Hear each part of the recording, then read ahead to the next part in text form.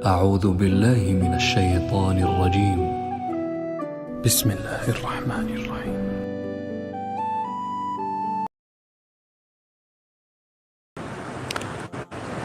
آج رمضان المبارک کی 27ویں رات ہے۔ آج میں نے ارادہ کیا کہ لیلۃ القدر کے حوالے سے کچھ باتیں آج کر لی جائیں تو بہتر ہے۔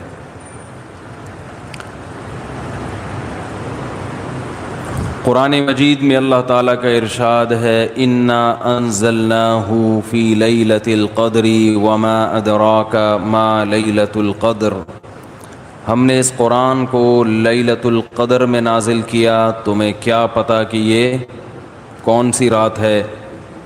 لیلۃ القدر خیر من الف شہر، یہ رات 1000 مہینوں سے بہتر ہے۔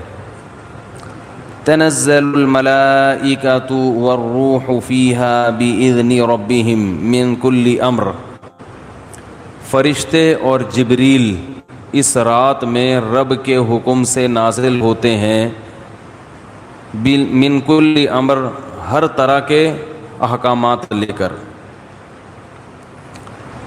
سلام ہی حتی مطلع الفجر، یہ سلامتی ہے یہ رات یہاں تک کہ فجر طلوع ہو جائے، یعنی سحری کا وقت ختم ہو جائے۔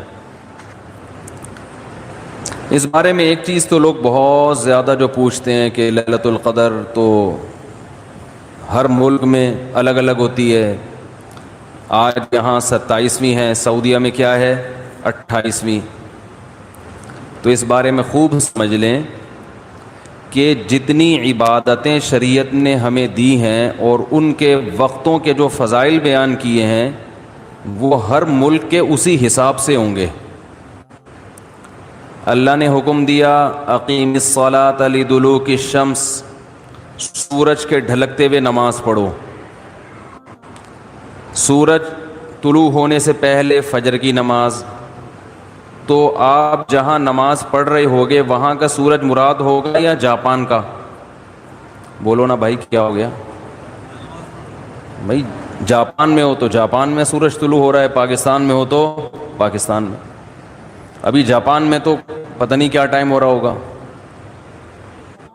تو جیسے نمازوں کے اوقات ہر ملک کے اپنے حساب سے ہوتے ہیں، سعودی عرب میں فجر کا ٹائم جب داخل ہوتا ہے تو ہمارے ہاں فجر گزر چکی ہوتی ہے، اشراق کا وقت بھی ختم ہو چکا ہوتا ہے۔ تو اب کوئی کہے کہ میں سعودیہ کے حساب سے چلوں گا، تو سعودیہ میں تو بھائی فجر کی نماز جب آپ ہو رہی ہوتی ہے تو یہاں سورج طلوع، بلکہ یہاں جب فجر ہو رہی ہوتی ہے وہ تو پیچھے ہے نا 2 گھنٹے، ہاں یہاں سورج طلوع ہو چکا ہوتا ہے، وہاں عشاء کی نماز ہوتی ہے، وہاں مغرب کی ہوتی ہے اور یہاں عشاء کی ہو رہی ہوتی ہے۔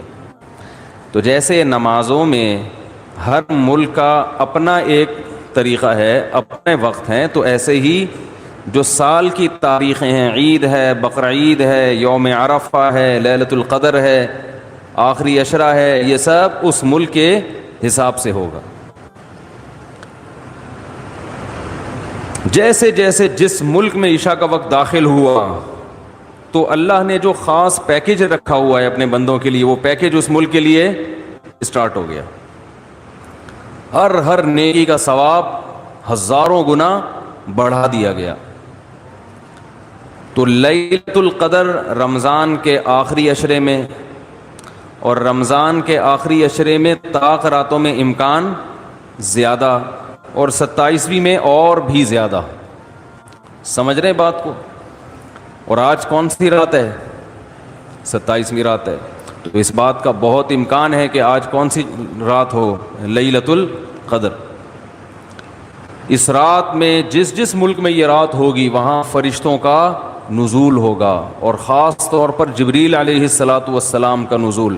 تو 2 کام کرنے ہیں، ایک اپنے آپ کو ذکر اللہ کا عادی بنانا ہے، دوسرا اپنے آپ کو دعا کا عادی بنانا ہے۔ دعا تو مخ العبادہ ہے، 24 گھنٹے میں کم سے کم 1 مرتبہ ہاتھ اٹھا کے تسلی سے دعا مانگا کریں۔ اس رات میں جس ملک میں یہ رات ہوگی وہاں فرشتوں کا نزول ہوگا، اور خاص طور پر جبریل علیہ الصلاۃ والسلام کا نزول. جیسے پیغمبروں میں سب سے افضل پیغمبر محمد صلی اللہ علیہ وسلم ہیں، تو فرشتوں میں سب سے افضل فرشتے کون سے ہیں؟ جبریل، جن کو اللہ نے روح الامین قرار دیا، مقدس روح. روح کیوں کہا؟ روح اس لیے کہا کہ روح جب ہماری باڈی میں ہوتی ہے تو ہماری باڈی زندہ ہوتی ہے. تو جبریل علیہ الصلاۃ والسلام ہماری روح کے لیے، روح کو طاقت بخشنے کا ذریعہ بنتے ہیں، کیونکہ وہ وحی لے کر آئے، اور وحی سے ہماری روحانی قوت، بولو نا بھائی، بڑھتی ہے. روحانی قوت کس سے بڑھتی ہے؟ وحی سے. عبادات ہمیں پتہ چلی وحی کے ذریعے، روزے ہمیں پتہ چلے وحی کے ذریعے. یہ آسمان سے کون سارے پیغام زمین پر نبی کے پاس لے کر آیا؟ جبریل علیہ السلام. جبریل نے نبی کو بتایا کہ شہر رمضان الذی انزل فیہ القرآن. اللہ کا کلام جبریل نے لیا، اور جبریل علیہ السلام نے ہمارے نبی صلی اللہ علیہ وسلم کے دل پہ یہ کلام نازل کیا. تو ہمیں جو پتہ چلا کہ رمضان میں روزے رکھنے ہیں، یہ ہمیں نبی سے پتہ چلا. اور نبی کو کس سے پتہ چلا؟ جبریل علیہ السلام سے. نماز کا ہمیں پتہ چلا نبی سے، اور نبی کو کہاں سے؟ کیا ہو گیا بھائی؟ پرابلم. تو نبی کو کہاں سے پتہ چلا؟ جبریل علیہ السلام سے. تو ہر جتنی بھی وحی آ رہی ہے نا، وہ ساری ڈائریکٹ کہاں سے؟ جبریل کے ذریعے. تو ان کے ذریعے ہماری روح کو کیا مل رہی ہے؟ تقویت، طاقت مل رہی ہے روح کو. تو وہ کیونکہ یہ رات روحانی ترقی کا ذریعہ ہے، تو اللہ نے اس رات میں جبریل علیہ السلام کو زمین پہ اتارا، تاکہ جس فرشتے کی مناسبت ہے نا اس رات سے، وہ فرشتے اس زمین پر نازل ہوں. تو اب مسئلہ یہ ہے کہ آج انسان جسم کی تو بڑی محنت کر رہا ہے، روح کو پروٹوکول دینے کے لیے تیار. بھائی دیکھو ایک بات بتا دوں، جملہ ادھورا چھوڑوں گا اس کو کمپلیٹ کرنا پڑے گا، اچھا لگے یا برا لگے، میرا اصول ہی یہی ہے. تو میں بول رکوں تو ایک دم آگے کمپلیٹ کر دیں جملہ. مجھے ایک اندازہ تو ہو نا کہ دماغ حاضر بھی ہے، سن رہے ہیں، ٹھیک ہے نا. تو ہر ایک کا خپل طریقہ ہوتا ہے نا بیان کا، ہمارا یہی طریقہ ہے بیان کا. جملہ مکمل چھوڑوں، آپ نے کمپلیٹ کرنا ہے اس کو. مجھے احساس رہتا ہے کہ ماشاءاللہ غور سے سن رہے ہیں. تو یہ اللہ نے ہمیں راتیں کیوں دی؟ اللہ نے ہمیں رمضان کیوں دیا؟ تراویح کیوں دی؟ تہجد کیوں دی؟ غیر مسلموں کے پاس یہ چیزیں ہیں؟ نہیں ہیں. وہ صبح اٹھیں گے، جاگنگ کریں گے، روح کے لیے، باڈی کے لیے.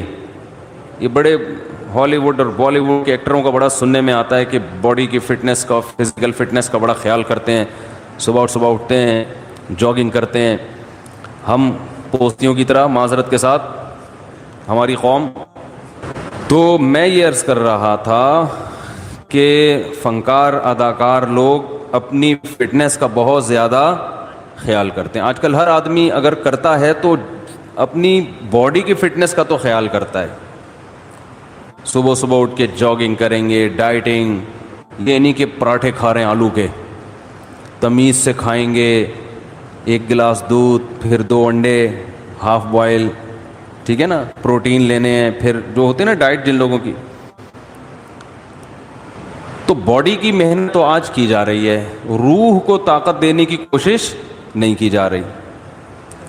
حالانکہ انسان روح اور جسم دونوں کا مجموعہ ہے. دل کی خواہشات کو جتنا کچلیں گے، روح کو طاقت اتنی زیادہ ملے گی، اور روح کو تسکین ملتی ہے اس سے. تو اسلام نے ہمیں اپنے جسم کی خواہشات کو کچلنے کے لیے روزہ دیا. روزہ رکھو، صبح صادق سے لے کے غروب آفتاب. کیسا پھیکا پھیکا ہو جاتا ہے نا انسان روزے میں. مجھے تو آپ ابھی بھی پھیکے پھیکے سے ہی لگ رہے ہیں. عجیب سا نا کسی کام کا دل لگ رہا ہے، بیٹھے ہوئے ہیں، نہ گٹکا کھا سکتے ہیں، نہ پان کھا سکتے ہیں، نہ سگریٹ پی سکتے ہیں، نہ چائے پی سکتے ہیں. نہ کھانا کھا سکتے ہیں, سوکھا سوکھا سا منہ ہوتا ہے سب کا. روزے کی حالت میں دیکھو سب کی حالت کیا ہوتی ہے, کسی کام میں دل نہیں لگ رہا. اللہ نے کہا بس 1 نہیں 2 نہیں 3 نہیں 4 نہیں, کتنے 29 یا 30. آسان کام تھوڑی ہے. پھر ہاتھ باندھ کے اللہ کے سامنے کھڑے ہو جانا نماز میں, باؤنڈ کر لینا اپنے آپ کو. آج دنیا میں دنیا پرستوں کے لیے سب سے قیمتی چیز ٹائم ہے. وہ ٹائم کہتے ہیں کہ اتنی دیر ہم مسجد میں اللہ کے سامنے ہاتھ باندھ کر کھڑے رہیں, اس سے ہمیں ملتا تو کچھ بھی نہیں ہے, تو یہ تو ٹائم ویسٹنگ ہے. تو اللہ نے کہا کہ کرو یہ کام, تمہارا دل نہیں چاہتا مگر تمہیں کرنا پڑے گا. تو جب انسان بار بار بار بار اپنی خواہشات کے اگینسٹ چلتا ہے نا, تو اس کی روح کو طاقت ملنا شروع ہو جاتی. اتنی روحانی قوت اس کے اندر پیدا ہوتی ہے, وہ کچھ کر کے دکھاتا ہے جس کا لوگ تصور نہیں کر سکتے تھے. یہ جو اسلاف کے واقعات ملتے ہیں, عشاء کی نماز میں کھڑے ہوئے اور فجر تک نماز پڑھتے رہے, یہ تو تواتر سے ثابت ہے. بعض لوگ اس کا مذاق اڑاتے ہیں کہ یہ ممکن نہیں ہے, اور بعض کہتے ہیں وہ حدیث میں تو آتا ہے کہ جس نے 1 دن میں 3 دن سے کم میں قرآن ختم کیا اس نے سمجھا ہی نہیں. اس حدیث کا مطلب کیا ہے وہ میں کسی اور موقع پہ بتاؤں گا, ورنہ وہ سارا موضوع چینج ہو جائے گا. اسلاف سے صحابہ سے تواتر کے ساتھ ثابت ہے کہ ایک رات میں 1 رکعت میں پورا قرآن ختم کیا انہوں نے. حدیثوں کا مطلب جو ہے نا پروفیسروں سے مت پوچھو, یہ صحابہ اور تابعین سے پوچھا کرو کہ کون سی حدیث کا کیا مطلب ہے. حضرت عمر رضی اللہ تعالی عنہ نے حضرت عثمان کی طرف ایک دن اشارہ کر کے فرمایا کہ مجھے اس شخص سے محبت کیوں نہ ہو, یہ وتر کی 1 رکعت میں پورا قرآن پڑھ لیتے ہیں. وتر کی جو 30 رکعت ہے نا, اور حجر اسود کے سامنے کھڑے ہوتے ہیں اور پوری رات 1 رکعت میں پورا قرآن. حضرت عمر کا اپنا معمول کیا تھا, فجر میں اتنی لمبی نماز پڑھاتے تھے, آج تو ہم افورڈ ہی نہیں کر سکتے. صبح صادق کا وقت جب شروع ہوتا تو نماز شروع کی جاتی, اور سورج نکلنے سے پہلے سلام پھرتا تھا فجر کا.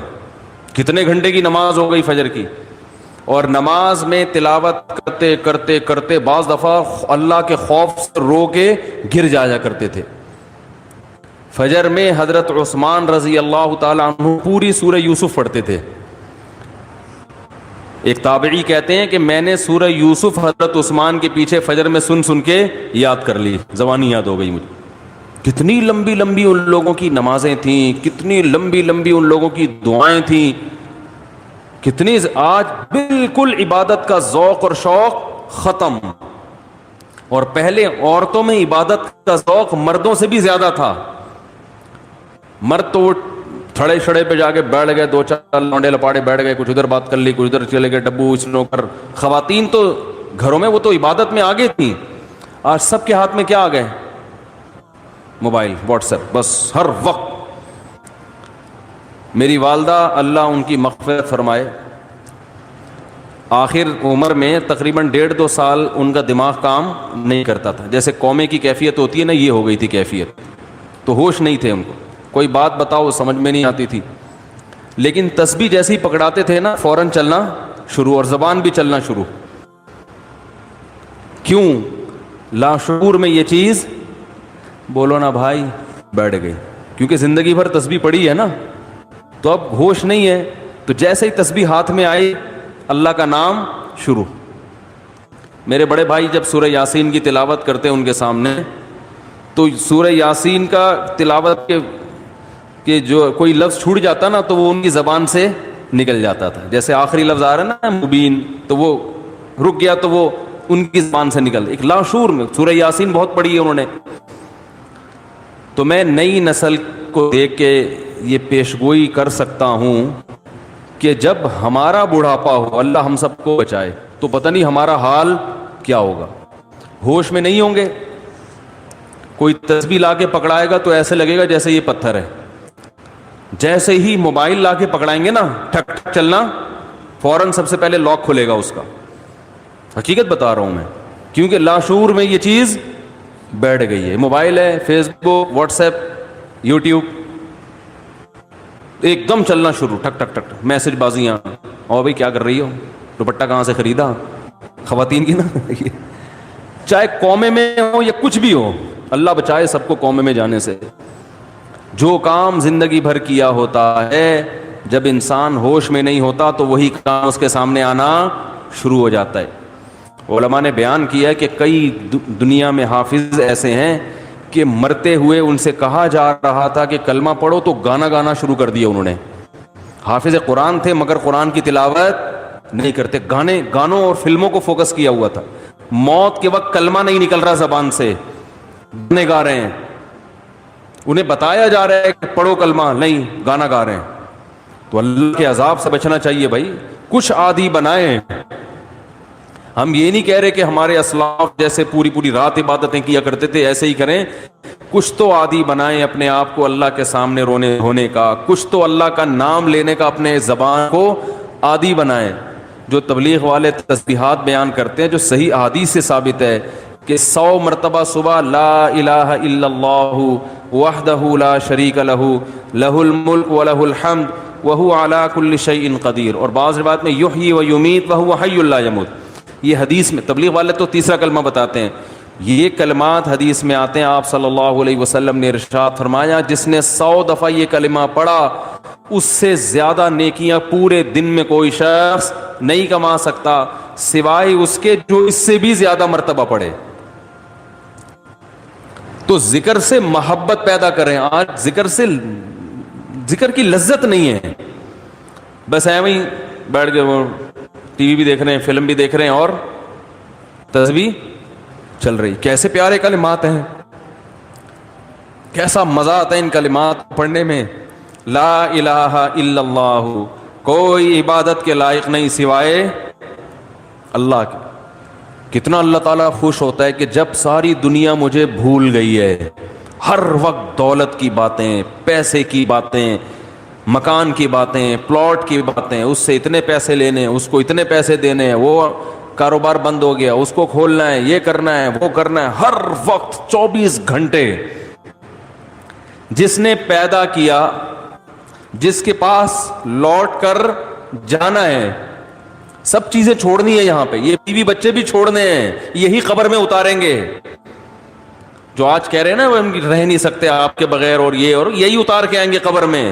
اور اگر کورونا سے مر گئے نا، اللہ بچائے، تو قبر میں بھی نہیں جائیں گے، بولیں گے یہ تو مر گیا ہمیں نہ مار دے کہیں۔ دور دور سے دیکھ نہیں رہے کیسے جنازے ہو رہے ہیں۔ یہ تو انسان کی محبت ہے، یہ تو اوقات ہے انسان کی۔ تو جس کے پاس لوٹ کر جانا ہے اور جس نے بنایا ہے، هو اعلم بكم اذ انتم اجنة في بطون امهاتكم، اللہ فرماتے ہیں جب تم ماں کے پیٹ میں تیار ہو رہے تھے نا، وہ رب تمہیں اس وقت سے جانتا ہے۔ اس وقت تو والدین بھی انسان کو نہیں جانتے۔ کتنا قریبی تعلق، ہر ایک کا تذکرہ زبان سے کرے گا، نہیں کرے گا جو سب سے زیادہ قریب ہے اس کا تذکرہ نہیں کرے گا۔ اور اگر اللہ کا ذکر کرے گا بھی تو کسی نے کوئی وظیفہ بتایا ہوگا جن بھگانے کے لیے، دکان کھلوانے کے لیے، کاروبار کھلوانے کے لیے، بچے کی شادی نہیں ہو رہی، اپنی نہیں ہو رہی ہے تو پچھتا رہا ہے اس کو بھگانے کے لیے، ہو گئی ہے تو بچے نہیں پیدا ہو رہے، ہو گئے تو وہ چترول لگا رہے ہیں ان کو سیدھا کرنے کے لیے، اللہ کو خوش کرنے کے لیے، اللہ کی محبت میں اللہ کا نام لذت سے لینے کے لیے کہ مجھے بس اس سے محبت ہے، اس کا نام لینے میں مجھے مزہ آتا ہے، اس نیت سے ذکر کرنے والے مارکیٹ میں بہت شارٹ ملیں گے آپ کو، بہت کم لوگ ملیں گے۔ کوئی بیٹھا ہو نا صبح اللہ اللہ کر رہا ہو، کیوں کر رہے ہو؟ وہ جی فلاں پیر صاحب نے بتایا تھا، وہ فلاں پیر صاحب نے کہا تھا یہ کرو گے تو یہ والا کام ہو جائے گا۔ او بھائی اللہ نے پیدا کیا ہے، جیسے دنیا کا تذکرہ کرتے ہو بغیر ضرورت کے کرتے ہو نا۔ خواتین جب آپس میں ملتی ہیں دوسرے کا لباس دیکھتی ہیں، بہن کہاں سے خریدا، کتنے کا خریدا، ضرورت ہوتی ہے، حالانکہ جیب میں ایک پیسہ بھی نہیں ہوتا خریدنے کا، لیکن محبت جس چیز سے ہوتی ہے اس کا تذکرہ کرنے میں انسان کو، بولو نا بھائی، مزہ آتا ہے۔ مرد جب آپس میں بیٹھتے ہیں تنخواہ پوچھ رہے ہوتے ہیں کیسا چل رہا ہے بزنس، کیا ہو رہا ہے، کتنا پروفٹ ہوا، جس چیز سے محبت ہے انسان کو اس کا نام لینے میں مزہ آتا ہے۔ یہ مزہ اللہ کا نام لینے میں بھی پیدا کر لیا جائے اپنے دل میں تو وہی کیفیت ہوگی کہ دم رکا سمجھو اگر دم بھر بھی یہ ساغر رکا۔ میرا دور زندگی ہے جو یہ جو دور جام ہے. حضرت فرمایا کرتے تھے, ہمارے حضرت جب بیان کرتے ہیں نا, اور اللہ کی محبت میں کبھی کوئی شعر سنا دیا تو پورا موضوع ان کا چینج ہو جاتا تھا. جیسے میں شادیوں پہ آتا ہوں نا اگر, تو پورا موضوع میرا کیا ہو جاتا ہے, ارے جہنم کی بات چل رہی ہو, وہاں کی ہولناکیاں چل رہی ہوں, سانپ بچھو, اور کسی نے شادی کی بات کر لی تو ہمارا پورا ٹاپک چینج ہو جاتا ہے نا. تو ہمارے حضرت کا جب بیان ہوتا تھا, کہیں سے اللہ کی محبت کا کوئی تذکرہ آ گیا, اللہ کی نعمتوں کا, پورا بیان چینج.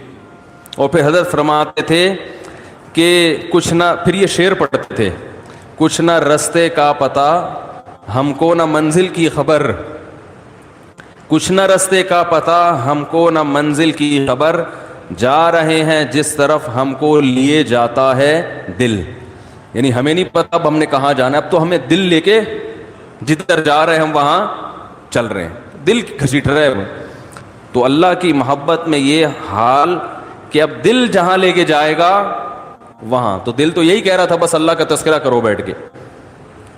تو اسی طرح یاد رکھیں, یہ جو اہل اللہ جو دعا مانگتے ہیں, یہ دنیا داروں کی عادت ہوتی ہے. دعا مانگ رہے ہیں قبول نہیں ہو رہی, ہم تو کام ہی نہیں بن رہا, 20 سال سے شادی کر رہے ہیں شادی نہیں ہو رہی, 20 سال سے کاروبار کی دعا مانگ رہے ہیں, کاروبار نہیں مل رہا, 25 سال سے یہ دعا مانگ رہے ہیں, یہ نہیں ہو رہی. یہ دنیا داروں کی عادت ہے. اہل اللہ کہتے ہیں دعا مانگنے کی توفیق مل رہی ہے, بس اس سے بڑی کوئی نعمت نہیں ہے, کچھ نہ ملے ہمیں.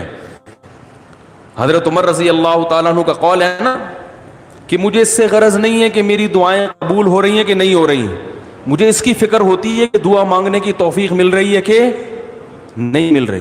اگر اللہ اپنے سامنے ہاتھ اٹھا کر دعا مانگنے کی توفیق دے رہا ہے, کہ اتنی بڑی نعمت ہے کہ اس نعمت کے بعد مزید ہمیں کچھ نہیں چاہیے. بھائی اللہ توفیق دے میرے سامنے ہاتھ اٹھا کے مانگو, تو یہ ہر ایک کو تھوڑی ملتی ہے توفیق. آج دنیا میں دعائیں مانگنے والے سب سے کم ہیں, سب سے کم. ایک تو مانگتے نہیں, اوپر سے مانگتے ہیں تو ایسے بد دلی کے ساتھ کہ وہ دل ہی نہیں لگ رہا ہوتا ان کا, اور پھر 2-4 دفعہ مانگے بولے قبول, جا کے دیکھیں قبول ہوئی ہے کہ نہیں ہوئی ہے. رزق مانگے کہ اللہ مجھے اس کے حلال کشاد عطا فرما, اس کے بعد بٹوا نکال کے چیک کر رہے ہوں, یار کچھ بھی نہیں آئے, ویسے کہ ویسے ہی ہیں. کاروبار لاک ڈاؤن کی وجہ سے ٹھپ ہوا ہے, بزنس کا بیڑا غرق ہوا ہے. تو بھائی جو اہل اللہ ہیں وہ کہتے ہیں دیکھو جتنا تعلق دعا کے وقت انسان کا اللہ کے ساتھ ہوتا ہے نا, اتنا کسی اور چیز میں نہیں ہوتا. براہ راست اللہ سے اپنی زبان میں مانگ رہا ہے. بھائی ذکر میں تو کم از کم اتنا ہوتا ہے کہ ترجمہ نہیں آتا تو پتہ ہی نہیں ہوتا کیا پڑھ رہا ہوں میں, لیکن جب دعا مانگ رہا ہوتا ہے تو براہ راست اللہ سے تعلق, یہ تو بہت گہرا تعلق ہے. تو دعاؤں میں جان ختم, دعاؤں میں لذت, بولو نا بھائی, ختم. جب اللہ سے تعلق ہی کمزور پڑتا چلا جائے گا تو بھائی پھر جو اللہ کو خوش کرنے کے لیے جو اعمال اللہ نے بتائے وہ کہاں سے پورے ہوں گے, وہ تو ہو ہی نہیں سکتے پورے. تو اس لیے ذکر اللہ کو ہلکا نہیں سمجھنا چاہیے. میں وہ ترجمہ بتا رہا تھا کہ چوتھے کلمے کا لا الہ الا اللہ, کوئی عبادت کے لائق نہیں سوائے اس اللہ کے, لہ الملک, اسی کے لیے بادشاہی ہے, وَلَهُ الْحَمْدُ, تعریف صرف اسی کے لیے. یہ جو کہتے ہیں فلاں بھی اچھا, فلاں پیسہ اچھا, فلاں کی گاڑی اچھی, فلاں کی بلڈنگ اچھی, فلاں کا پلاٹ اچھا, بحریہ ٹاؤن کا مکان اچھا, اسلام آباد کی رہائش اچھی, تو لہ الحمد, اے اللہ تعریف کے قابل صرف کون ہے تو, باقی سب مٹی فنا ہونے والی چیزیں. وہ بھائی بحریہ ٹاؤن کا جو مالک ہے کل وہ بھی قبر میں اترے گا, ہم اور آپ کس کھیت کی مولی ہیں. 2-4 بنگلے بن گئے بحریہ ٹاؤن میں, 8-10 پلاٹ ہو گئے, وہ آدمی تمیز سے بات کرنا ہی چھوڑ دیتا ہے.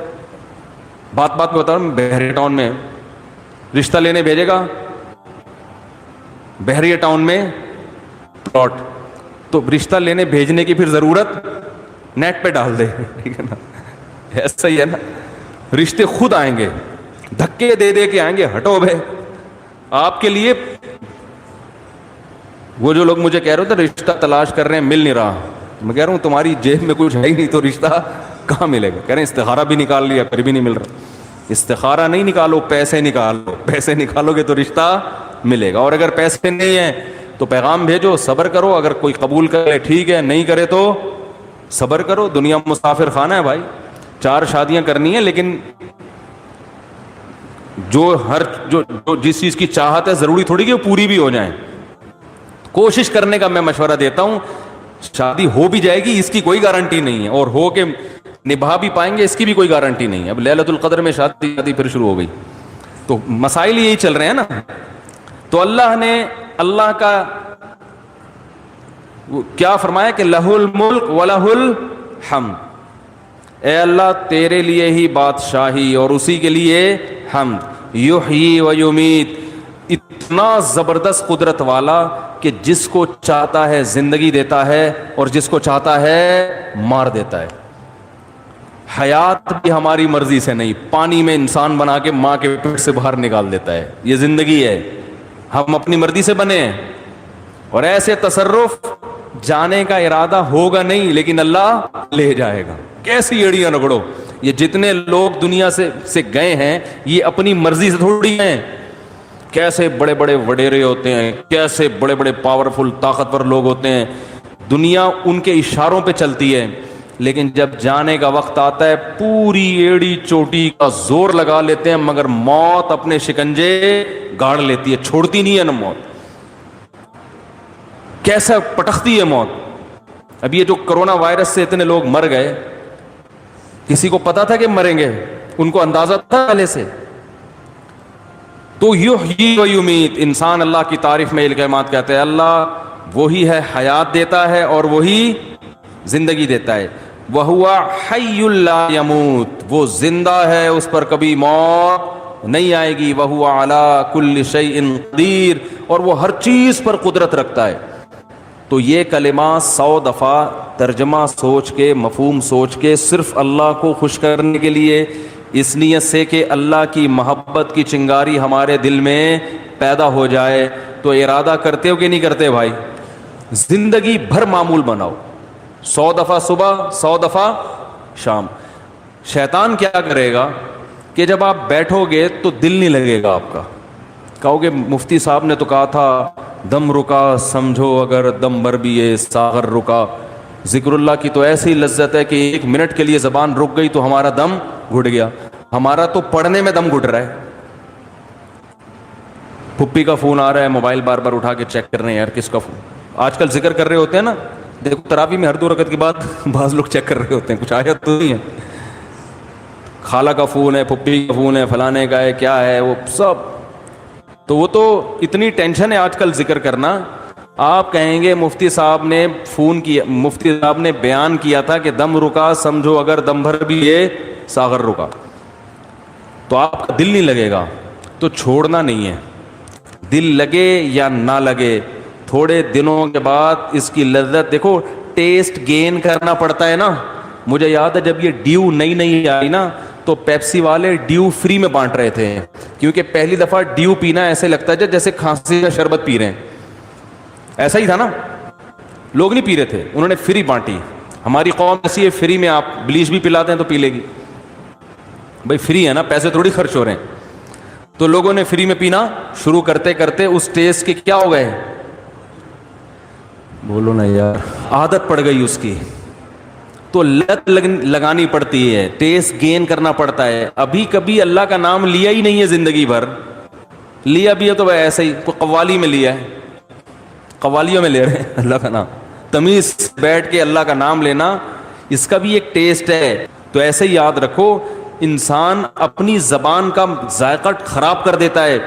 تو اللہ کا ذکر کرتے کرتے کرتے کرتے کیا ہوگا, ٹیسٹ گین ہو جائے گا. آپ کو پتہ ہے جو آزان سننے کے عادی ہیں ان کو یورپ میں, امریکہ میں بڑی ٹینشن ہوتی ہے کہ بہت دنوں سے آزان کی آواز نہیں سنی, کیونکہ ان کے کان اس ٹیسٹ کے عادی ہو چکے ہوتے ہیں. فضاؤں میں اللہ کا نام گونجتا ہوا سنائی نہیں دے رہا.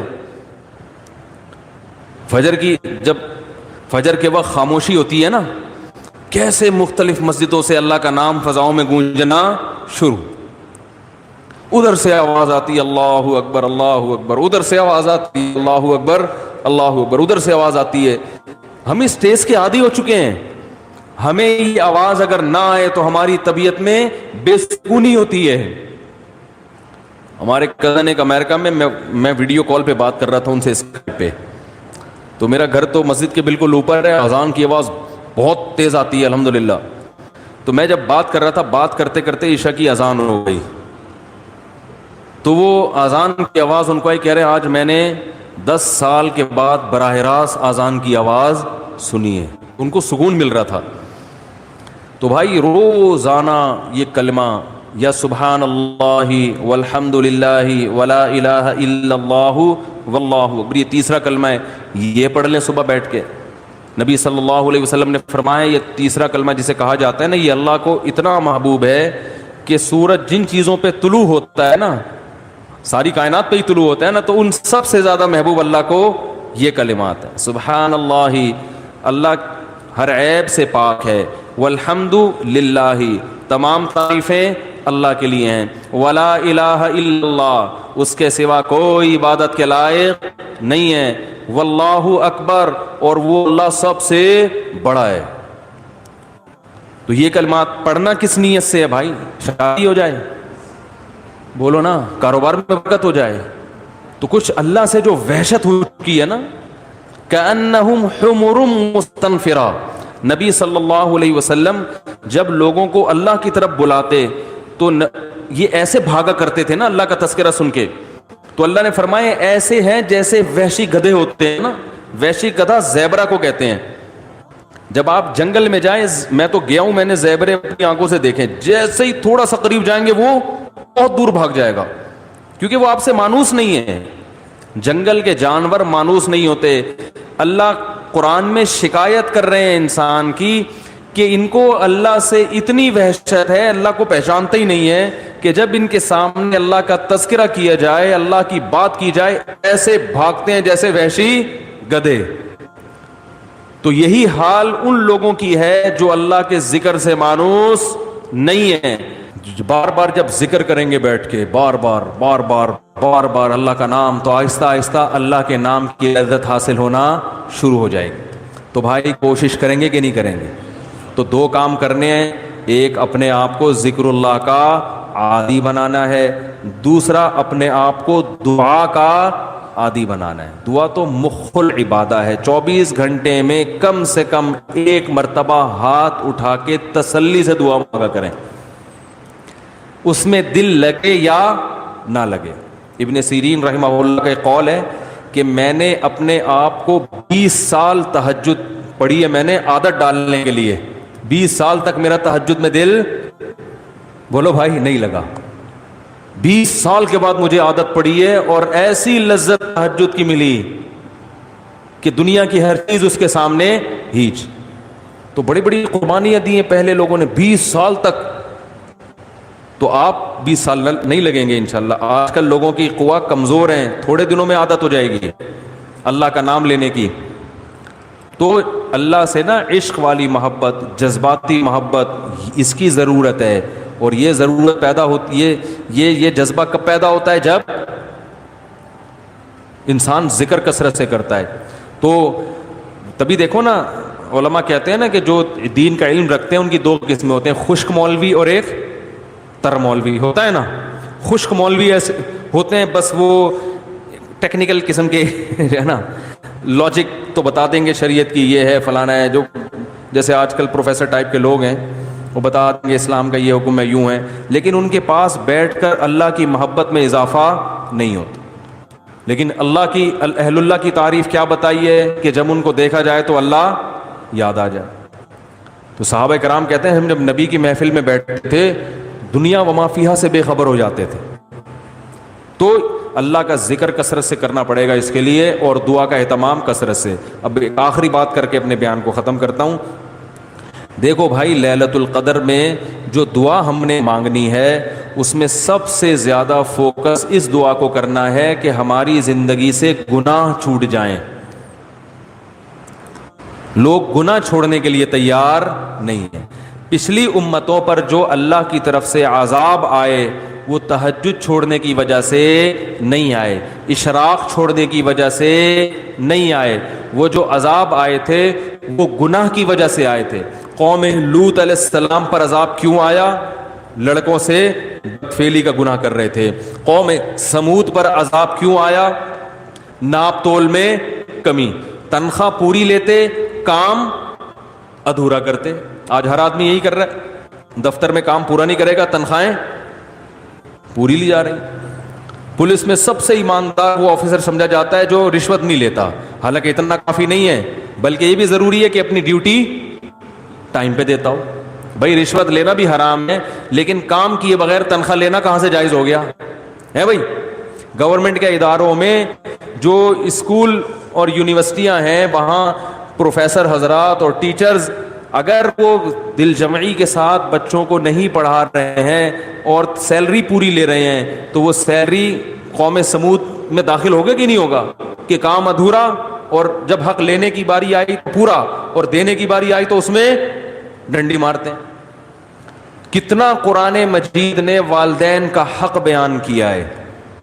لا تقل لہما اف, اف بھی نہیں کرنا ہے. بہت زیادہ قضا کا لفظ استعمال کیا. تیرے رب نے فیصلہ کر دیا کہ ماں باپ سے اچھا سلوک کرنا ہے, فیصلے کا لفظ استعمال کیا. کہتے ہیں نا عدالت نے فیصلہ سنا دیا, اس کی ویلیو ہوتی ہے. ایک جگہ فرمایا ووصینا, وصیت کر دی ہے.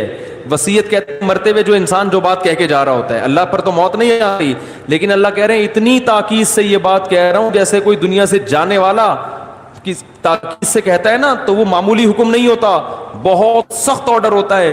تو والدین کے بارے میں بھی اللہ نے کہا معمولی حکم نہ سمجھنا, بہت شدید آرڈر دے رہا ہوں کہ والدین کے ساتھ اچھا سلوک کرنا ہے, خدمت کرنی ہے. ایسے لوگ ہیں 10-10 سال سے والد صاحب قومے میں گئے ہوئے ہیں, خدمت کر رہے ہیں ان کی وہ. اور ایسے لوگ بھی میں نے واقعہ سنایا تھا نا پچھلے ہفتے کا, اپنے باپ کو لے کے جا رہے ہیں ہاسپٹل, باپ بول رہا ہے زیادہ, تو ابا کو کہہ رہا ہے ابا چپ کر جاؤ ورنہ ایدھی سینٹر میں جمع کرا دوں گا, چپ کر جاؤ ورنہ اولڈ ہوم میں جمع کرا دوں گا. زیادہ نہیں, یہ بہت گھٹیا جملہ ہے, بہت غلیظ جملہ ہے یہ. آپ نہیں کہہ سکتے باپ کو یہ جملہ, وہ جو مرضی بولے, آپ نے بہرحال اس کی خدمت کرنی ہے, ماں کی بھی اور باپ کی بھی. تو یہ بہت بڑا حق ہے.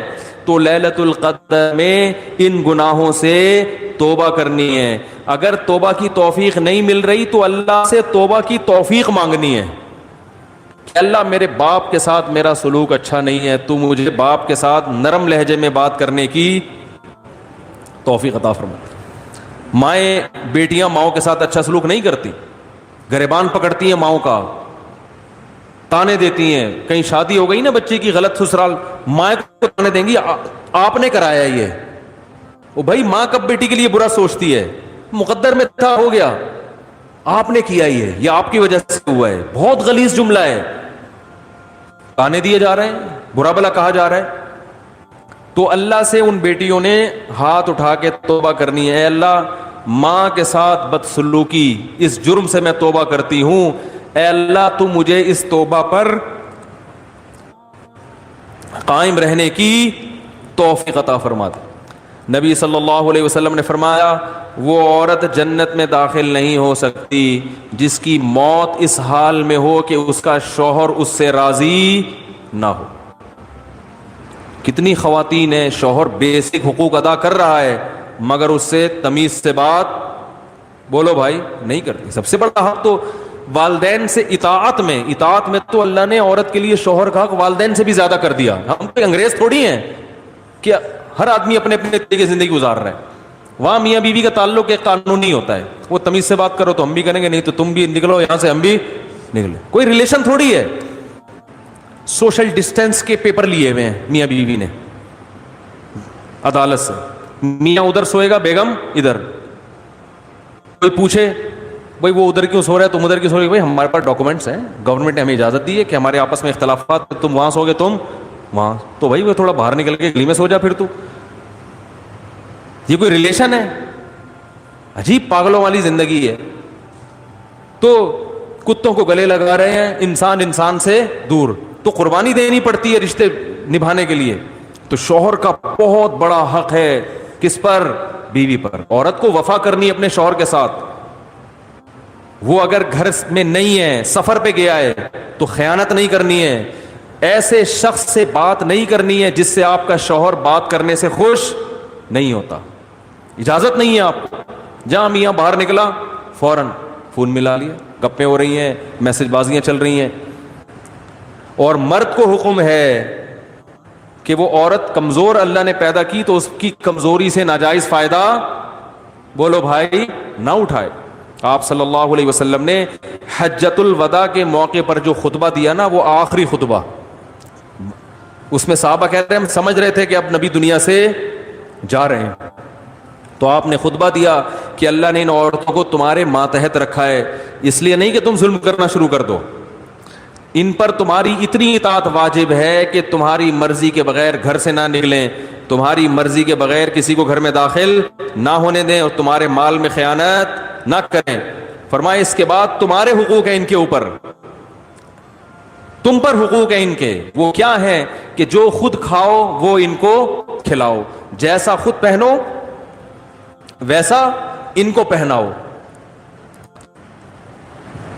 بعض عورتوں کی شکایت آتی ہے میاں گھر میں آتا ہے جیسے چنگیز خان یا ہلاکو خان گھر میں داخل ہوا ہے, تمیز سے نہ سلام نہ بات چیت, ہر وقت ناک پہ, دوستوں میں بیٹھے گا ہاں ہاں ہو بڑا اچھا, جیسے کسی دوست کو لا کے بٹھا دو نا ایک دم موڈ چین, اور ہاں ہاں بڑی گپ شپ. گھر میں جیسے ہی آئے گا جیسے کچھ چنگیز خان گھر میں داخل ہو رہا ہے.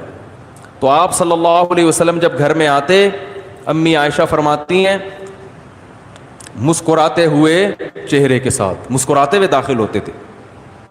تو بھائی ان جرائم سے کیا کرنی ہے توبہ. اگر رشتہ داروں میں آپس میں کوئی بھائی بہنوں میں ناراضی چل رہی ہے تو آپ صلی اللہ علیہ وسلم نے فرمایا رشتہ داری توڑنے والا جنت میں بولو نا بھائی نہیں جائے گا. سگے بھائی سے ناراضی ہے, سال ہو گیا 2 سال ہو گئے, بھائی بھائی سے بات نہیں کر رہا, بہنوں میں لڑائی ہوئی بھی ہے, وہ بھائی جب الگ الگ شادی ہو گئے الگ الگ رہ رہے ہیں, لڑکے کیا کرنا ہے, تم پہل کر کے دوستی کر لو.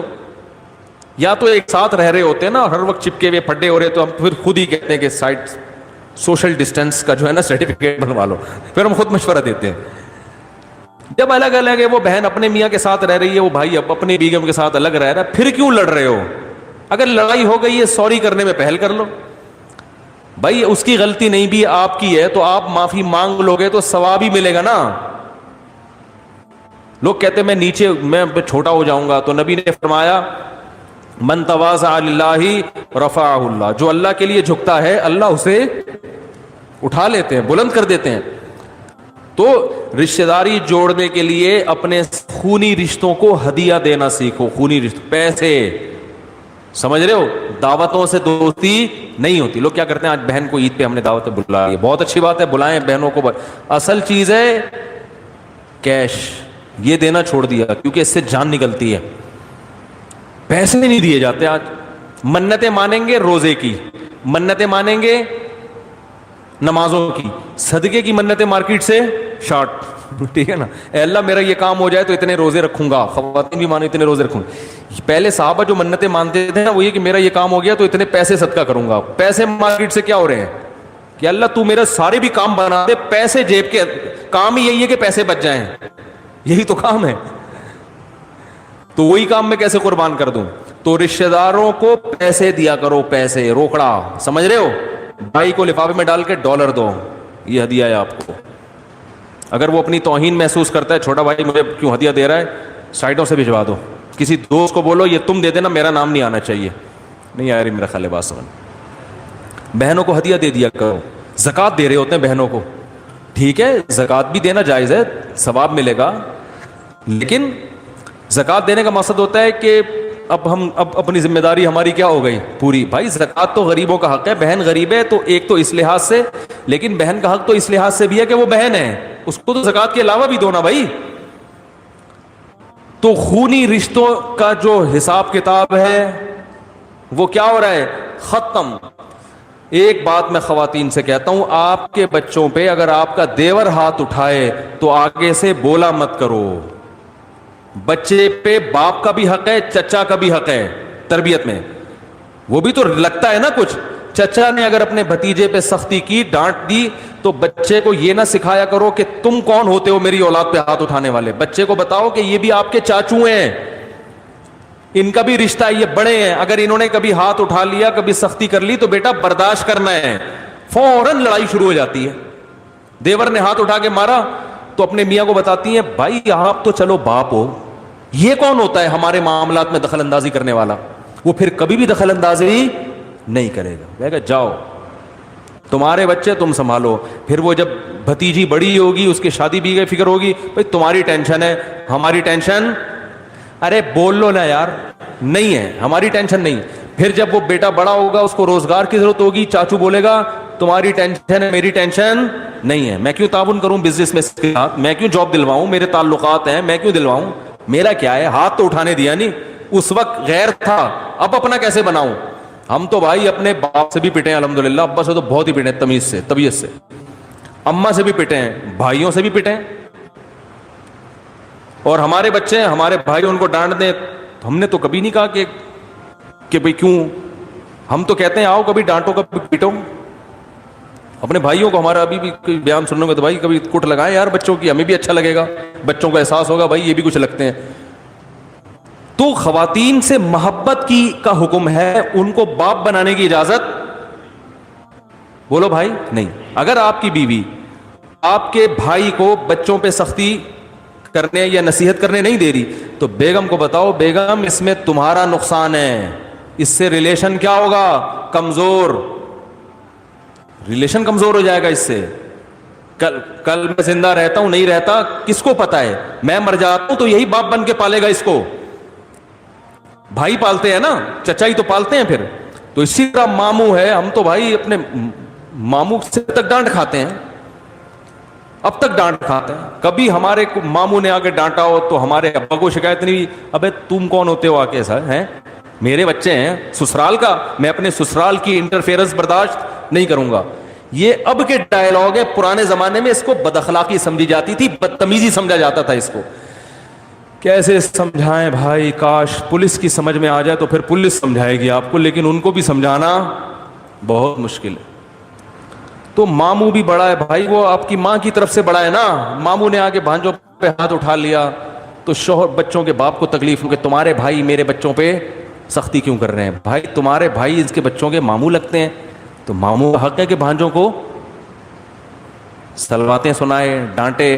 پٹھانوں میں ایک چیز بڑی اچھی ہے, کوئی بھی کوٹ کے چلا جائے, خاندان میں سب کو کیا ہوتی ہے, ٹائٹ ہے بالکل, فیملی ریلیشن بڑا مضبوط ہے. آپ کے پی کے جائیں پشاور اور یہ سوات وغیرہ, میں تو جاتا رہتا ہوں نا, کزن آئے گا نا, وہ کہے گا بچے کھیل رہے ہوں گے نا, کزن بڑا کزن ہے, وہ آ کے بچوں کو چٹکی دکھائے گا, بولے چلو شاباش مغرب کا ٹائم ہو گھر. سارے بچے اس کے بھتیجے بھانجے اپنے بچے سب ایک ہی طرح سے ڈیل کر رہے ہوتے ہیں. وہ نہیں دیکھتے کہ یہ میرا ابا ہے یا چاچا ہے یا تایا ہے یا ماموں ہے. خاندان کا ایک بڑا آئے گا, چٹکی بجائے گا, بولے پتلی گلی سے نکلو, سارے چلے جائیں گے. کیونکہ خاندان کے سارے بڑوں کو باپ جیسا رائٹ ہی حاصل ہے.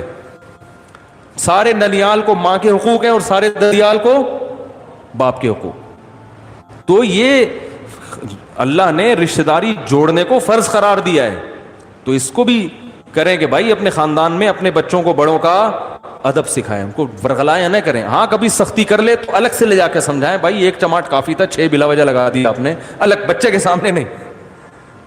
ایک تھپڑ تھا چلو 2 بنتے ہیں, آپ بلا وجہ کوٹے جا رہے ہو, اس سے تو بد اخلاق ہو جائے گا, تو سائڈ پہ لے جا کے چھاؤں میں آ کے بھائی ذرا ٹھیک ہے بھائی. بچے کو تو ہم یہی کہیں گے کہ 6 مارے, 6 اور مارنے چاہیے تھے, لیکن آپ تھوڑا سا خیال کرو. تھپڑ پہ آپ کا ہاتھ بھی دیکھو کتنا بڑا ہے, بعض لوگوں کا تھپڑ اتنا بڑا ہوتا ہے وہ ایک لگے نا تو پورا چھپ جاتا ہے. تو تمیز الگ سے, سامنے نہیں. تو رشتہ داری توڑنے کا جرم ہمارے معاشرے میں ہو رہا ہے, بینکوں میں سود لینے کا جرم ہو رہا ہے, سودی بینکوں میں سودی ملازمت کا جرم ہو رہا ہے, رشوت لینے کا جرم ہو رہا ہے, لڑکوں سے بدفعلی, لڑکیوں سے حرام دوستیاں, زنا, یہ سارے ہمارے معاشرے کے جرائم ہیں. یا تو بھائی انگریز بن جاؤ, انگریز کے ہاں کوئی لیلۃ القدر نہیں ہوتی, نہ کوئی توبہ طائب, کچھ بھی نہیں ہوتا. ان کے یہاں لائف کو انجوائے کرو, انٹرٹین کرو, مزے اڑاؤ اور پتلی گلی سے نکل لو. ٹھیک ہے نا. تو اگر یہ نظریہ ہے تو جتنی ٹینشن مذہب کی لی ہوئی ہے اتنی ٹینشن لینے کی بھی ضرورت نہیں ہے. پھر تو نہ رمضان, نہ شوال, نہ تراویح, نہ عید. پھر کیا عید چاند 29 کا ہوتا ہے, 30 کا ہوتا ہے, پھر کیا کرنا ہے جب روزانہ عید ہے نا. پھر تو کل سے ہی پراٹھے کھانا شروع کر دو دن میں. آج 27ویں رات ہے, کل 27واں روزہ ہے, کل صبح اٹھ کے کھاؤ طبیعت سے, پھوڑو. انگریز تو سارے انگریز صبح اٹھ کے روزہ رکھیں گے کل ہیں, پھوڑیں گے, برگر کھائیں گے, پیزا کھائیں گے, ان کو تھوڑی اس سے ٹینشن ہے رمضان کیا ہے, شوال کیا ہے, حج کیا ہے, حج ہوگا کہ نہیں ہوگا. لوگ پوچھ رہے ہیں نا, گورے نے کبھی پوچھا حج ہو رہا ہے کہ نہیں ہو رہا؟ کہتے بھائی تمہاری ہڈی کے ہمارا نہیں ہے.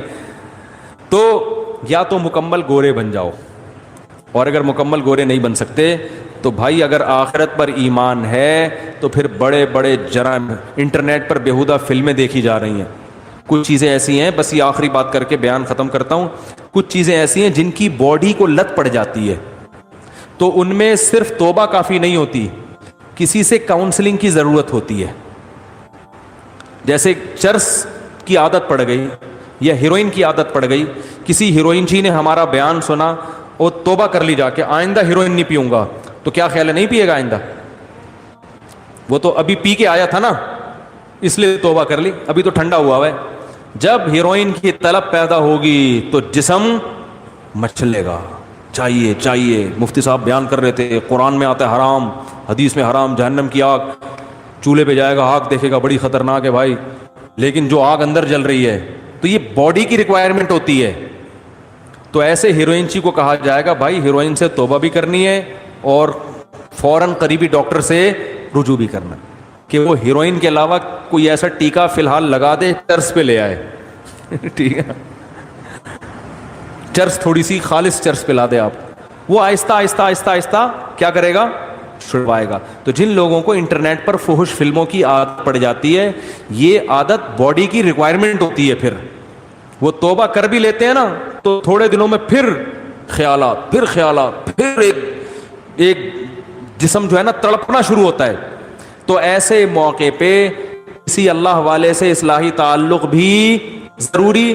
اور میں ایسے نوجوانوں کو کہتا ہوں کسی ماہر نفسیات سے بھی رابطہ کرو جو خود یہ فلمیں نہ دیکھتا ہو, کیونکہ بعض ڈاکٹر خود یہ کام کر رہے ہوتے ہیں, ان کو یہ برائی سمجھتے ہی نہیں ہے اس کو, کہنے کیا ہے نفسیات, انٹرٹین تھوڑا سا, وہ ان کے اپنے انگلش ہوتی ہے ان کی.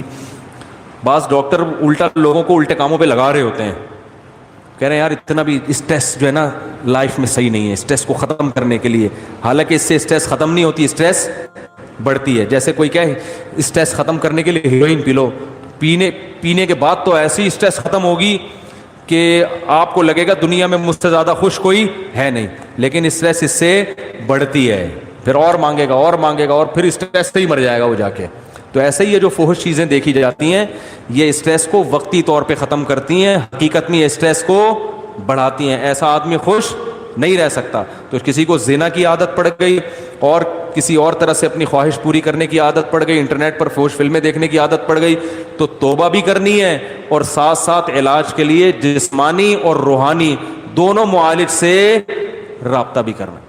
جسمانی معالج تو ماہر نفسیات ہیں, بہت سے ماہر نفسیات کو اللہ نے بڑی مہارت دی ہوتی ہے, ان سے رابطہ کریں. ملک میں بہت ہیں, کراچی میں بہت ہیں, ان کے پاس جائیں, بولیں بھائی اگر وہ کہنا کوئی فرق نہیں پڑتا, بولو بھائی فرق پڑتا ہے, مجھے یہ بیماری چھڑواؤ, ٹھیک ہے نا, مجھے یہ عادت چھڑوانی ہے, میں آپ کو فیس اسی چیز کی دوں گا, جس دن آپ نے چھڑوا دیا اتنے پیسے آپ کے.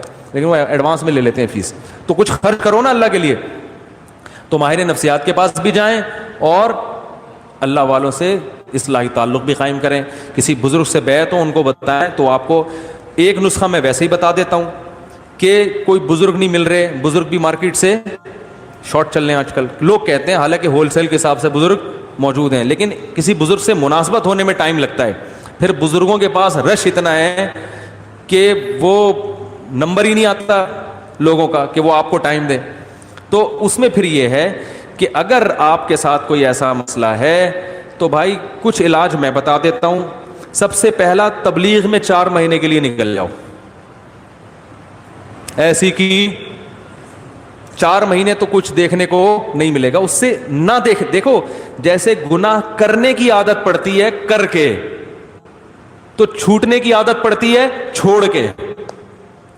کچھ دن دل مچلے گا, جب ایک طویل عرصے تک نہیں دیکھو گے تو پھر دیکھنے کی عادت ختم. کچھ دن تو مچلے گا دل, 4 مہینے کے بعد دل کرے گا بھاگوں یہاں سے میں. لیکن تبلیغ میں ایک ماحول ملتا ہے, بہت دن تک گناہ سے دور رہیں گے تو انشاءاللہ عادت چھوٹ جائے گی. واپس آئے, پھر شیطان نے ورغلا کے گناہ کروا دیا, دوبارہ نکل لو. ایسی کی بولو نا, ایسی کی تیسی اس لیے کہہ رہا ہوں کہ پھر کاروبار, دکان کا ہر بھاڑ میں جائے کاروبار. پہلے انسان کا بچہ تو بنے آدمی, وہ تھوڑا نقصان کر لو کچھ نہیں ہوتا, پڑھائی اگلے سال کورونا کی وجہ سے اگلے سال ویسے ہی ہو رہی ہے نا, تو ایک اپنی اصلاح کی وجہ سے ہو جائے گی. تھوڑی قربانی دو گے تو بھائی دین آئے گا. تو تبلیغ میں بہت فائدہ ہوتا ہے. ایک کام سمجھ میں آ گیا, یہ ان لوگوں کے لیے جن کو اصلاحی تعلق فی الحال میسر نہ ہو, ورنہ تو اصل تو یہ کسی شیخ سے بزرگ سے بیعت ہو جاؤ. دوسرا کام یہ کرنا ہے کہ اپنے آپ کو بے لگام نہیں چھوڑنا ہے. آپ نے انٹرنیٹ پر بیہودہ فلمیں, فحش فلمیں دیکھنے سے توبہ کر لی, اور کوئی برائی سے توبہ کر لی, توبہ تو لازمی کرو, صحیح ہے نا, پکی ڈھکی توبہ. لیکن ایک ارادہ کرنا ہے کہ آئندہ مجھ سے اگر شیطان نے گناہ کروایا تو یہ گناہ فری میں نہیں پڑے گا. اپنے آپ کو بولو اس کی تمہیں قیمت, بولتے کیوں نہیں, دینی پڑے گی. اور قیمت اپنے جسم کو نقصان پہنچا کے بھی, اور اپنے آپ کو مالی نقصان بھی پہنچانا. سمجھ میں نہیں آ رہی بات؟ پینلٹی لگے گی بھائی, جرمانہ ہوگا. اب وہ ہر آدمی اپنی تنخواہ کے حساب سے, آپ کی تنخواہ 1 لاکھ ہے, 10,000 20,000, اور خرچے بھی دیکھو نا, پتہ چلا جرمانہ اتنا دے دیا کہ کھانے کے لیے گھر میں روٹی ہے نہیں, فلمیں ہی دیکھ رہے سارا دن بیٹھ کے. اب کوئی کرنے دھرنے کا کام ہے ہی نہیں. اتنا زیادہ جرمانہ نہ ہو کہ بچے متاثر ہوں, ان کی فیسیں ہی نہیں جا رہی, یا کوئی چھڑے چھاٹوں میں, یہ کماروں میں زیادہ ان کے تو فیسوں کے مسئلے نہیں ہوتے, یہ زیادہ بیماری چھڑے چھاٹوں میں ہوتی ہے. اور جس چھڑے چھاٹ نے بیماری چھوڑی نہیں نا, کم وقت شادی کے بعد چھوڑتا نہیں ہے, پھر وہ دنیا چھوڑ دے گا, یہ بیوی چھوڑ دے گا, یہ بیماری نہیں چھوڑتا وہ. تو اپنے علاج کی فکر کرو, ورنہ قبر میں بھی یہی دل چاہے گا جن کو یہ لت پڑ جاتی ہے. تو کیا کرنا ہے, اپنے آپ کو سزا دینی ہے, مالی بھی اور جسمانی بھی. جسمانی سزا, روزہ رکھ لے انسان, بھوکا پیاسا رکھے, صحیح ہے. یا روزہ نہیں رکھ سکتا, بھائی اگر مجھ سے یہ گناہ ہوا تو میں 24 گھنٹے کے اندر 50 رکعتیں یا 100 رکعتیں نوافل کے پڑھوں گا. وہ اتنے زیادہ بھی سزا نہ ہو کہ پڑھنا ہی مشکل ہو جائے, اتنی ہلکی بھی نہ ہو کہ سزا کا عنصر اس میں سے ختم ہو جائے. تو اصلاحی تعلق میں فائدہ ہوتا ہے کہ ہر بزرگ ہر ایک کے حالات دیکھ کر اس کے لیے خود سزا تجویز کرتے ہیں کہ آپ کی تنخواہ اتنی, آپ کا کم از کم اتنے پیسے صدقہ کرو. اب آپ نے اگر کہا کہ 5 روپے صدقہ کروں گا اگر مجھ سے گناہ ہوا, تو آپ کہو گے دیکھتے رہو, شام کو 100 روپے دے دوں گا, کیا جا رہا ہے 100 روپے میں. اور آپ نے کہا 5 لاکھ صدقہ کروں گا, تو بس ایک ہی دفعہ ہوگا صدقہ, اس کے بعد دوبارہ گناہ تو ہوگا, صدقہ نہیں ہوگا. تو وہ اپنے حالات دیکھ کر, نہ اتنا تگڑا جرمانہ ہو. بھائی لائف جا رہا ہے بیان, کتنے لوگ ہیں, چلو اچھی بات, یہ کام کی بات ہے نا, لوگوں سنیں. 5,000 روپے آپ نے اپنے اوپر متعین کر لیے کہ میں صدقہ کروں گا. ایک نارمل تنخواہ والے کے لیے یہ ٹھیک ہے. پھر یہ بھی دیکھنا ہے کہ یہ گناہ بار بار ہوگا تو بار بار صدقہ کرنا ہے. تو اتنی کیونکہ ایک دم سے نہیں چھوٹتی یہ چیزیں. حوصلے والے لوگ تو ہیں کہ چھوڑا تو بس چھوڑ دیا, لیکن ایسے حوصلے والے مارکیٹ میں شارٹ ہے نا. اصل تو حوصلہ یہ چھوڑ دیا تو چھوڑ دیا, ایسے کی تیسے مر جائیں گے نا, کوئی بات نہیں, مر جائیں. جگر مراد آبادی شراب سے توبہ کی تھی تو بیمار ہو گئے, مرنے لگے, تو ڈاکٹروں نے کہا, حکیموں نے کہا کہ تھوڑی سی پی لیں. انہوں نے کہا مر جائیں گے نا تو کیا ہو گیا بھائی, جنت میں چلے جائیں گے. جب شراب سے توبہ جنت میں جانے کے لیے تو کی ہے, تو مر گئے تو اور کیا چاہیے. لیکن ایسا اسٹیمنا یہ جگر کا ہو سکتا ہے, جس کے جگر نہیں ہے ہر ایک کے پاس ایسا جگر ہوتا نہیں.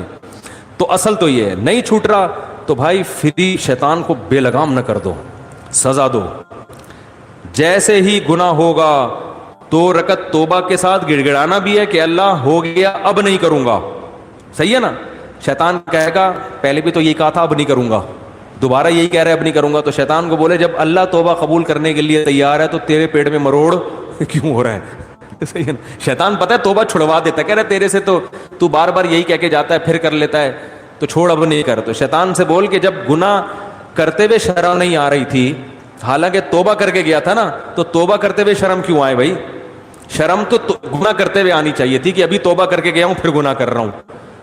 کرتے ہوئے شرم نہیں آ رہی, گناہ کرتے ہوئے, توبہ کرتے ہوئے شیطان جو ہے نا آپ کو شرمیلا بنانے کی کوشش کر رہا ہے.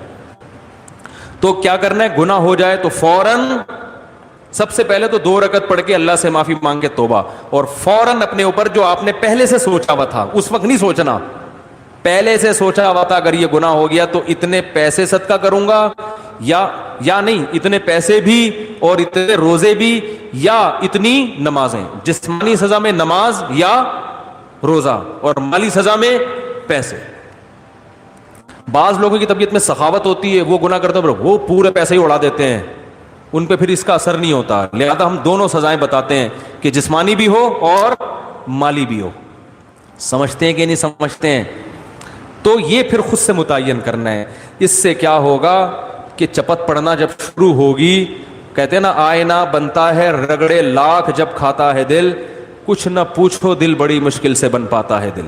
دل کے جب رگڑے لگتے ہیں تو آہستہ آہستہ چمک پیدا ہونا شروع. تو گناہ کے بعد جب سزا ملے گی تو پھر اگلی دفعہ گناہ کرتے ہوئے خیال آئے گا کہ یار جیب سے پیسے نکلیں گے, سوچ لے تو سارے پیسے اسی میں اڑانے ہیں کیا.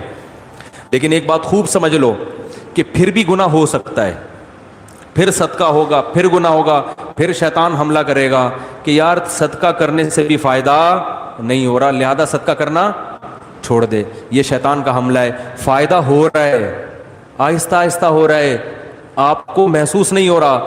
یقیناً جتنا پہلے کرتے تھے اس میں لازمی کمی آئے گی. سمجھ میں آ رہی ہے بات؟ کمی آنا شروع ہوگی. یہ ایسا ہی ہے جیسے آپ کو کسی نے کہا کہ جم جاؤ, ویٹ اٹھاؤ تو طاقت آئے گی. اب آپ نے پہلے دن بٹن اٹھائے نا تنکے کے دونوں طرف.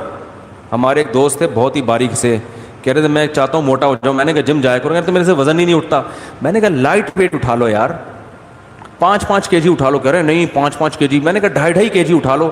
وہ واقعی بہت باریک تھے. کہہ رہے وہ بھی نہیں اٹھتا. میں نے کہا ایک تنکا لو, ایک طرف بٹن لگاؤ, ادھر بھی بٹن لگاؤ, ادھر بھی بٹن, وہ اٹھاؤ, یہ تو اٹھ جائے گا نا. میں نے کہا خود یہ بٹن اٹھائے ہوئے کہ نہیں اٹھائے ہوئے؟ کہہ رہے یہ تو آپ مذاق کر رہے ہو. میں نے کہا آپ کون سا, آپ بھی تو مذاق ہی کر رہے ہو بھائی. کوئی تو ایک حد ایسی ہوگی جہاں ویٹ آپ سے اٹھے گا. تو یہ بٹن اٹھاؤ تنکے سے, پھر 2 بٹن لگا دو, پھر ویسٹ کوٹ کے بٹن بڑے والے لا کے لگا دو. ایک دن آئے گا انشاءاللہ بٹن کی جگہ لوہے کی پلیٹیں آ جائیں گی. تو یہ کیوں ہے؟ فائدہ ہوتا ہے, نظر نہیں. آہستہ آہستہ اسٹیمنا بڑھتا ہے. باڈی بلڈر پہلے دن اگر دیکھے گا کچھ بھی نہیں ہے, 1 سال کے بعد دیکھے گا بولے گا بھائی پہلے تو ایسے نہیں تھے. پہلے تو قمیض اتارتے تھے, ڈاکٹر کو ایکس رے کرنے کی ضرورت پڑتی نہیں تھی, یہیں سے نظر آ جاتا تھا پھیپھڑوں میں کتنا پانی آیا ہوا ہے. ٹھیک ہے نا. تو آہستہ آہستہ ہوتا ہے. تو اسی طرح یاد رکھو, جب پینلٹی لگاؤ گے اپنے اوپر, جرمانہ دو گے, توبہ بھی کرو گے, لگے گا تو یہ کہ کوئی فائدہ نہیں ہو رہا, لیکن آہستہ آہستہ فائدہ. بھائی 10-15 سال کی عادت ہے, 2-4 سال تو لگ سکتے ہیں نا چھوٹنے میں. تو ہمت نہیں ہارنی, ٹھنی اس سے ہے دشمنی عمر بھر کی, کبھی وہ دبا لے کبھی تو دبا لے. شیطان سے پھڈا ہمیشہ کا ہے, ابھی تک تو شیطان ہی دباتا رہا ہے. آج ہم بھی ٹرائی کرتے ہیں, دبانے کی کوشش کرتے ہیں نا, ایک دن آئے گا انشاءاللہ کچھ چل دو گے شیطان. تو مایوس نہیں ہونا ہے, چھوڑنے کی کوشش بولو نا بھائی کرنی ہے. دوسری بات یہ کہ بالفرض گناہ اگر نہیں چھوٹا, آپ صدقہ بھی کر رہے ہیں, روزہ بھی رکھ رہے ہیں, یا نمازیں بھی پڑھ رہے ہیں کفارے کے طور پہ, اصل تو یہ کہ چھڑوانا ہے گناہ. ایسی کہ چھوڑ کے دنیا چھوڑنے سے پہلے گناہ چھوڑنا ہے, کیونکہ اس کا انجام اچھا نہیں ہے. لیکن اتنا فائدہ تو ہوگا نا اگر بالفرض نہیں چھوٹا. شیطان کہہ رہا ہے یہ تیرے سے نہیں چھوٹے گا, تو خام خواہ میں صدقے کر رہا ہے. تو شیطان کو بتائیں یار کم از کم اتنا تو ہو رہا ہے نا کہ ترازو کے ایک پلڑے میں اگر گناہ آ رہے ہیں